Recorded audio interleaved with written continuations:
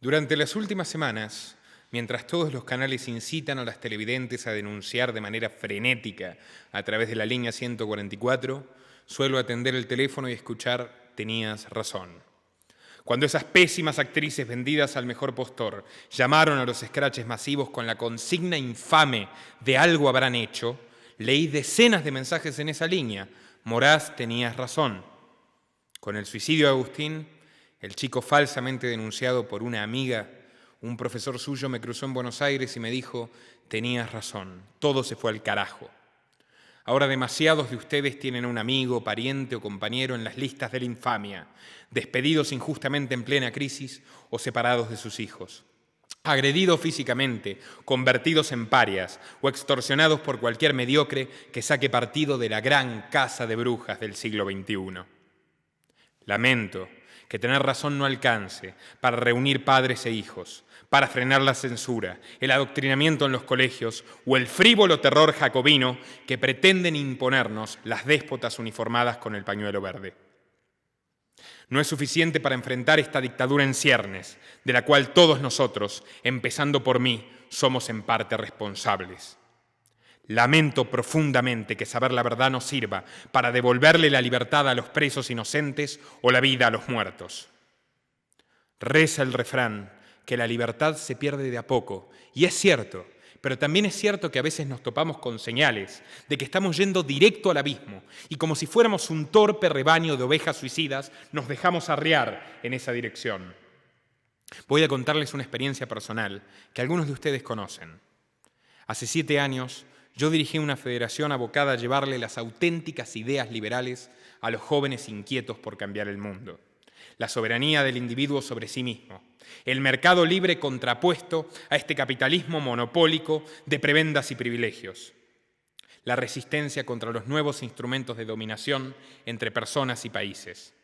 Le enseñé a cientos de chicos que los verdaderos libertarios somos herederos de quienes abolieron la esclavitud y los privilegios del clero y de la nobleza, los conquistadores de la libertad sexual, la igualdad ante la ley, los que empeñaron su vida luchando contra toda forma de opresión, incluida la de ciertos farsantes que todavía hoy en día profanan la palabra liberal aunque no les pertenece. En ese momento asumí una estrategia, por un lado exitosa y por el otro desastrosa. Dialogar con grupos de la izquierda estudiantil, con el objetivo de persuadir a sus miembros más honestos. Entre esos grupos, las feministas, a quienes subestimé por completo. No vi, o mejor dicho, no quise ver el potencial destructivo que tenían, y fue el peor error de mi vida. Corría el 2012 y Juan Gar, gran amigo y maestro, me advirtió que esas señoritas con las que perdía el tiempo hablando de igualdad no eran otra cosa que una secta de caprichosas de clase media alta, universitarias sostenidas con los impuestos de esos mismos hombres trabajadores que desprecian. Obsesionadas por llamar la atención y apoyadas en última instancia por oligarcas multimillonarios desde tiempos inmemoriales. O no tan inmemoriales, cuanto menos desde hace 50 años, cuando la Fundación Ford financió la primera cátedra sobre géneros en la Universidad de Berkeley. La misma fundación, dicho sea de paso, que banca a nuestras Wonder Women de las Pampas, como Diana Mafia. Por Juan supe que Gloria Steinem, poco antes de convertirse en ícono mundial de la segunda ola feminista, fue contratada como agente del Servicio de Investigación Independiente de la CIA. Y para mi sorpresa, nunca lo ocultó. Mientras los hippies, los libertarios de Karl Hess, las panteras negras y los valientes fundadores del movimiento gay de San Francisco tomaron las calles de Estados Unidos contra la guerra de Vietnam, las académicas feministas a sueldo de Ford se dedicaban a discutir la sociedad falocéntrica. Capítulo aparte merece el triste devenir del movimiento gay americano, que en un abrir y cerrar de ojos fue colonizado por las feministas del Lesbian Caucus, quienes purgaron a sus primeros dirigentes y transformaron su gesta de emancipación en una caja registradora. Borracho de soberbia adolescente, no escuché a Juan. Creí que exageraba. Y persistiendo en mi equivocación, comprando el cuento de que las feministas que yo traté solo aspiraban a que no haya mujeres presas por abortar, algo que sin embargo no ocurre en este país. Como de costumbre, el tiempo no tardó en reivindicar a Juan, y en el mes de junio de ese mismo año, Julian Assange cayó en desgracia. El enemigo número uno de los Estados Unidos, primero de Bush y luego de Obama y su secretaria de Estado, la criminal de guerra Hillary Clinton. Assange, sinónimo de Wikileaks, la heroica organización periodística que le reveló al mundo las verdaderas dimensiones del genocidio en Afganistán, Irak, Libia y Siria, entre otras tantas verdades incómodas para el establishment, como por ejemplo la financiación occidental de ISIS, o el espionaje masivo y sistemático al que nos somete la inteligencia norteamericana a través de los dueños de la Internet, que también son parte de Feminismo Sociedad Anónima. Bien lo sabe James Damore, el ingeniero expulsado de Google por criticar el autoritarismo de género y actual colaborador de Wikileaks. Muchos fueron los pecados de Assange, y sedientos de venganza, los generales del Pentágono pidieron su cabeza a Europa. Pero fieles a su ancestral hipocresía, ningún juez europeo encontró fácil el hecho de detener a Assange por la sola razón de ejercer su deber como periodista. Había que encontrar una coartada. Y es ahí cuando aparecieron los obedientes socialistas suecos, pioneros del Stasi feminazi. Le plantaron una denuncia falsa de abuso sexual. Lo tacharon de misógino y ordenaron la captura del investigador más brillante del último siglo, que escapó de milagro refugiándose en la embajada ecuatoriana en Londres, donde permanece recluido desde entonces. Yo estaba atónito y, sin embargo, como buen ciego que no quiere ver, tuve la cara rota de decirle a Juan: bueno, Juan, no podemos condenar a todo el feminismo actual por esa operación. Y Juan me mandó a la mierda, lo bien que hizo. Al cabo de pocos meses se lanzó en Argentina la campaña propagandística Sacá tarjeta roja al maltratador, auspiciada abiertamente por la Embajada de España, que contrató a varios actores de cine y televisión para predicar por primera vez el evangelio feminista. ¿Les suena de algo? En el Reino Borbón gobernaba Zapatero, un rescatador de bancos fraudulentos que dio a luz la Ley Orgánica de Protección Integral contra la Violencia de Género, un bonito titular que 15 años después de su sanción en las Cortes Generales arroja los siguientes resultados. 2 millones de varones españoles denunciados desde 2004, 900.000 expulsados de sus casas, separados de sus hijos e incluso encarcelados sin condena. Y todo esto sin mayor prueba que el testimonio de las denunciantes, quienes además son recompensadas automáticamente con subsidios del gobierno español y de la Unión Europea. Denuncie y cobre, señora. Con esta ley tiránica floreció el negocio de las ONGs, contratadas por el gobierno para inmiscuirse en los procesos judiciales. No conforme con esto, la renovada Inquisición de Madrid nos exportó el pack completo a Sudamérica y lo hizo con tanta facilidad que parece que nunca nos hubiéramos independizado de ellos. Es curioso, para 2013, las hembristas de ambos lados del océano, con cada vez más dinero de ONU Mujeres y del Banco Mundial, endurecieron su berrinche contra la prostitución, impulsando el prohibicionismo y las penas draconianas contra los clientes, arrasando las fuentes de trabajo de las prostitutas, a quienes juran defender, aunque nunca les pregunten su opinión. Y es que es así, los dictadores siempre saben que es mejor para nosotros. De eso se trata el feminismo moderno, de la liga antisexo que vaticinó Orwell en 1984. Se tornó imposible negar que las feministas castradoras y puritanas ocuparon la vacante de la antigua curia católica, porque esas locas, que irónicamente mean capillas, comparten un antiguo dogma de la cristiandad, el marianismo, la fantasía ilusoria de que las mujeres son inherentemente pacíficas y conciliadoras, mientras los hombres somos per se agresivos. Los ultramontanos hablaban de la creación diferenciada. Las feministas hablan de roles culturales, pero ambos padecen la misma animadversión por el sexo. Solo así se llega a afirmar que toda penetración es violación y que todo varón es un agresor en potencia.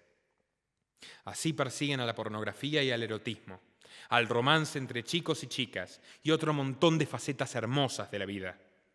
Libran su lucha contra la belleza, contra el diccionario y contra el amor. ¿Y por qué? Porque lo que realmente les molesta es la esencia del ser humano. Tratan de abolir nuestra naturaleza y reemplazarla por su ingeniería social. ¿Y para qué? Para que hombres y mujeres, y heterosexuales y homosexuales, debamos temernos y enfrentarnos entre nosotros mientras los poderosos nos mueven como fichas de ajedrez.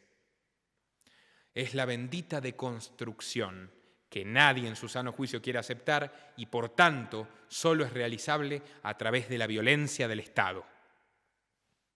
A fuerza de ley quieren convertirnos en robots descerebrados, sin raíces, porque el pasado es machista, sin lenguaje porque es machista y sin arte que hay que regular, por supuesto, para que no sea machista. Reescribieron El Principito y la ópera Carmen. Buscan prohibir Lolita de Nabokov. No me sorprendería que pronto concluyan que San Martín era transexual, como si acaso eso importara.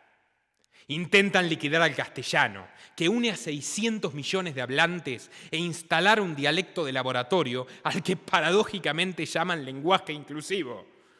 Buscan segregarnos en castas donde prime nuestra identidad sexual, real o alucinaria, sobre lo que nosotros realmente somos individualmente.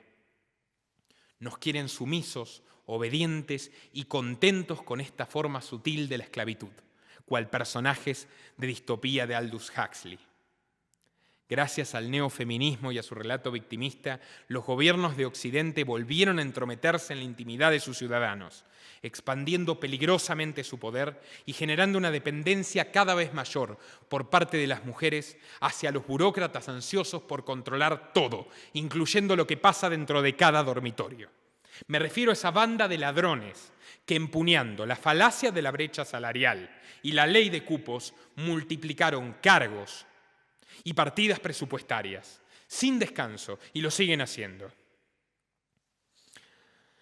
En octubre de 2014, Ginger Gentile y Sandra Fernández estrenaron Borrando a Papá, un excelente documental que expone caso por caso cómo el feminismo judicial opera en estas latitudes.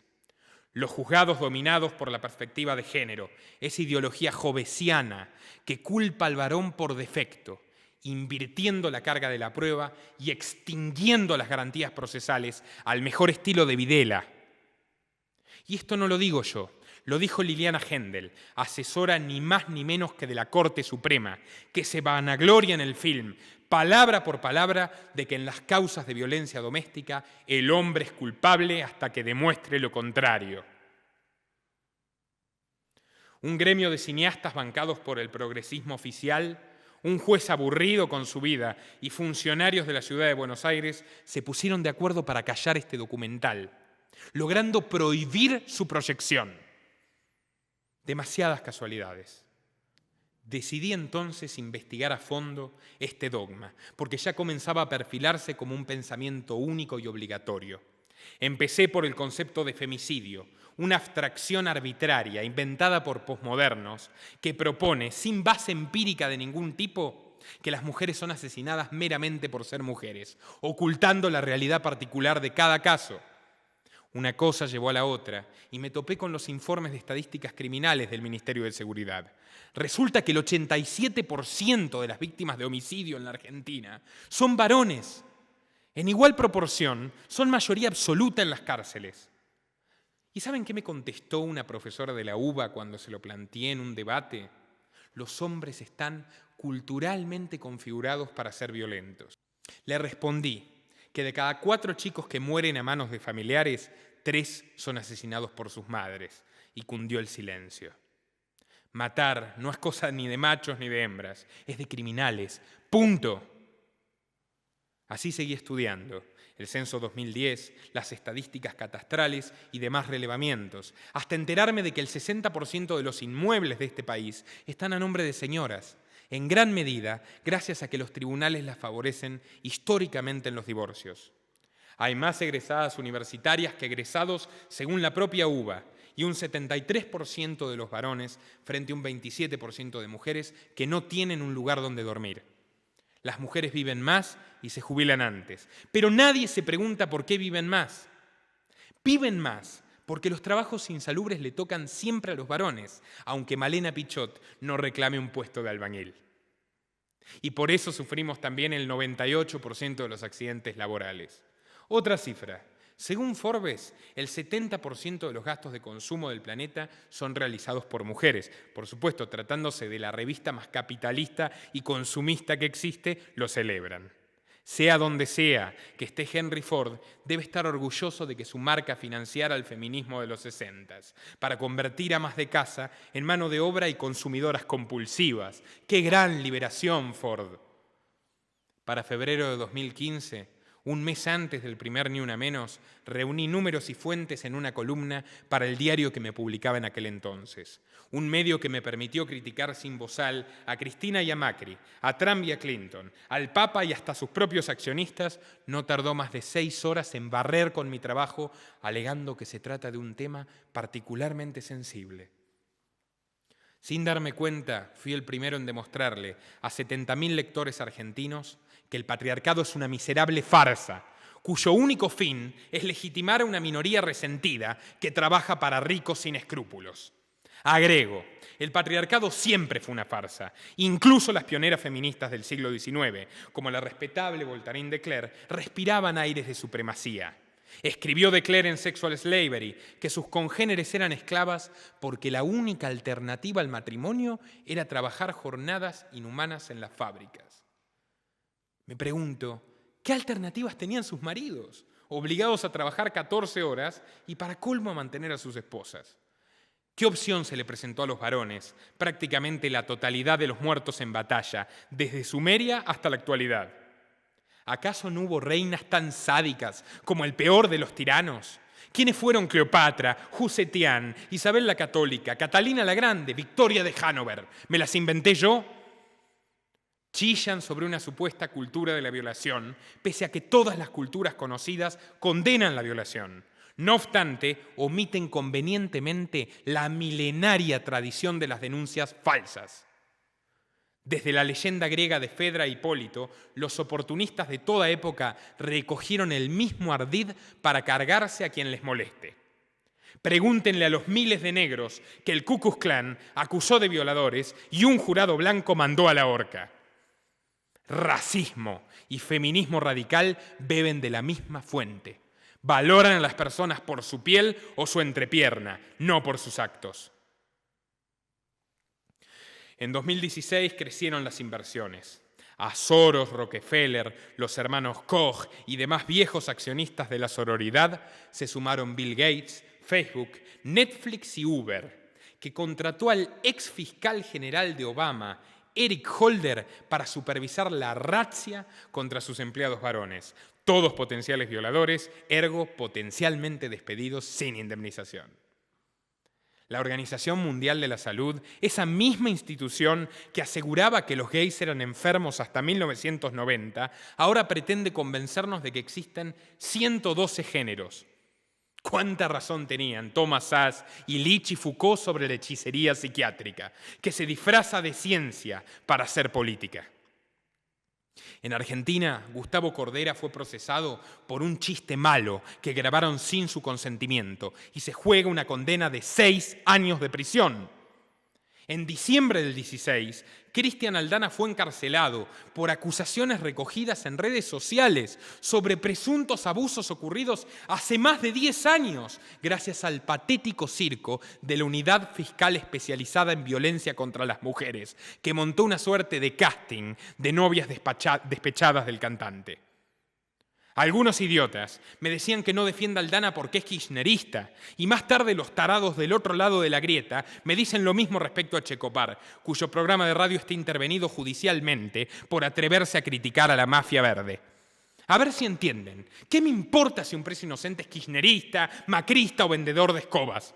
No me interesan sus ideas a la hora de defender la presunción de inocencia o la libertad de expresión, que son las mías. Recuerden a Bertolt Brecht. Primero vinieron por ellos y no hiciste nada. Ahora vienen por ti y es demasiado tarde. En Mendoza están ampliando los penales para albergar a los imputados. En Bariloche, donde murió Agustín, se realizaron 4.000 denuncias express en 2017. A este ritmo, 1 de cada 3 varones adultos de esa ciudad habrá sido denunciado para 2022, mientras las señoras magistradas se niegan a recibir a las asociaciones de padres por considerarlos tendenciosos. Vivimos en el reino del revés. Todos los diarios, desde Página 12 hasta La Nación, nos bombardean semana tras semana con el agitprop terrorista de los femicidios. Todos se unieron en un solo coro para promover la estatización del aborto, como si fuera el principal problema de una nación quebrada, con 40% de pobreza y una ministra de Seguridad demente que propone fusilar a los sospechosos por las dudas. Bullrich la de Pegasus, Bullrich la del pañuelo verde, Bullrich la del Registro Nacional de ADN. Represión y feminismo son 2 caras de la misma moneda.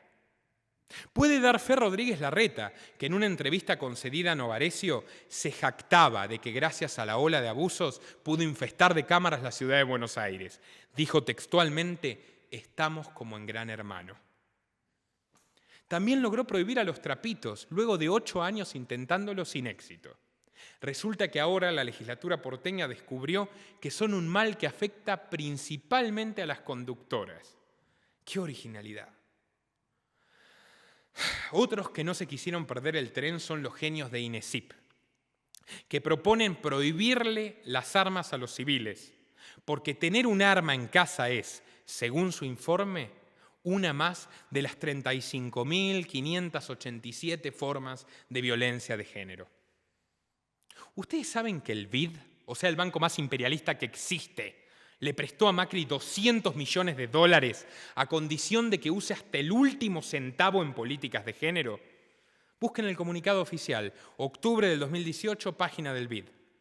¿Van entendiendo de qué va la marea verde?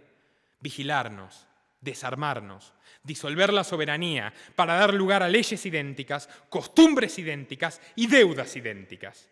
Además de cumplir el sueño eugenésico de las élites, que los pobres dejen de tener hijos, porque los pibes estorban en este mundo donde el trabajo falta. Felicitaciones a Vidal, que instaló 20 centros de hormonización en la provincia de Buenos Aires, incluyendo uno para castrar químicamente a menores de 9 años. Y llegamos al presente. Ya está en el Congreso el proyecto de reforma del Código Penal, que si se aprueba, consagrará definitivamente el apartheid de género, convirtiendo de una vez por todas a los hombres argentinos en ciudadanos de segunda. Tocamos fondo, señores. Estamos pagando el precio de la indiferencia, de la desidia y del miedo. Somos la inmensa mayoría del país y sin embargo el monstruo crece y crece y nos devora por dentro como el gusano a la manzana. ¿Y saben por qué? Piensen por qué. Porque no estamos haciendo absolutamente nada para evitarlo.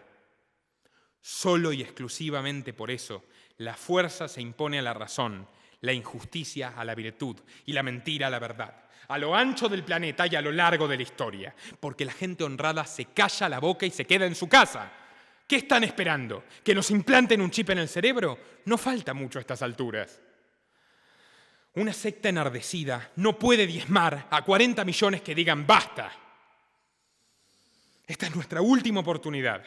Unamos fuerzas, dejemos las diferencias de lado, organicémonos. ¿Qué importa si sos liberal, peronista, marxista, cristiano, ateo, musulmán, hombre, mujer, hetero, bi? Existen 1000 motivos para apagar esta hoguera de odio colectivo. Elegí los tuyos, sumate, vamos para adelante.